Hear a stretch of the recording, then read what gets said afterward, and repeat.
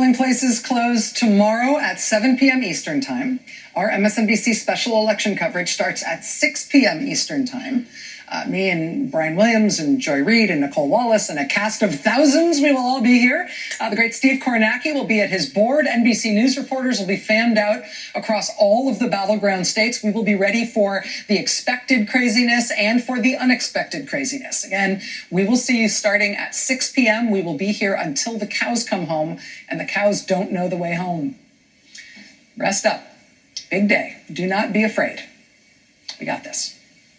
Now it's time for the last word with Lawrence O'Donnell. Good evening, Lawrence. Good evening, Rachel. And I will be checking in from time to time tomorrow night with special concentration on the Senate races, which are going to be very important.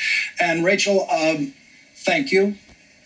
And by that, I mean thank you for the last 4 years, because I will never forget at 10 p.m. on election night, I was at an anchor desk with Steve Schmidt and James Carville, and they, by the way, knew what was happening 25 minutes before everybody else did. And so I was sitting in that room and I kind of knew what was happening.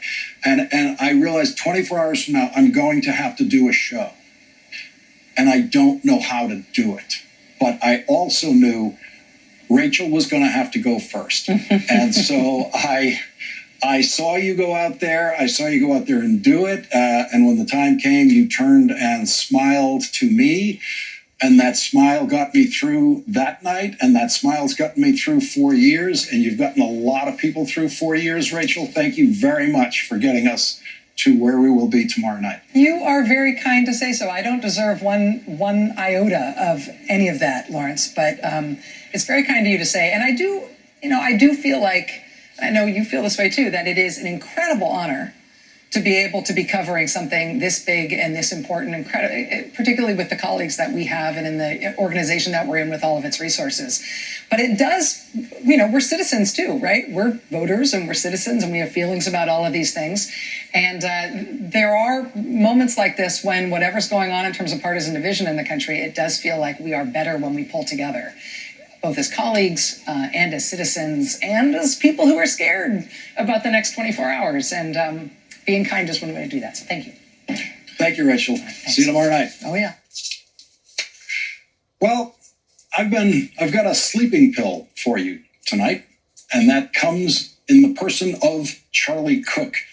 Charlie Cook is the most careful, most respected election analyst in Washington. Everyone in Washington always wants to know what Charlie's thinking. He's been doing this since 1984.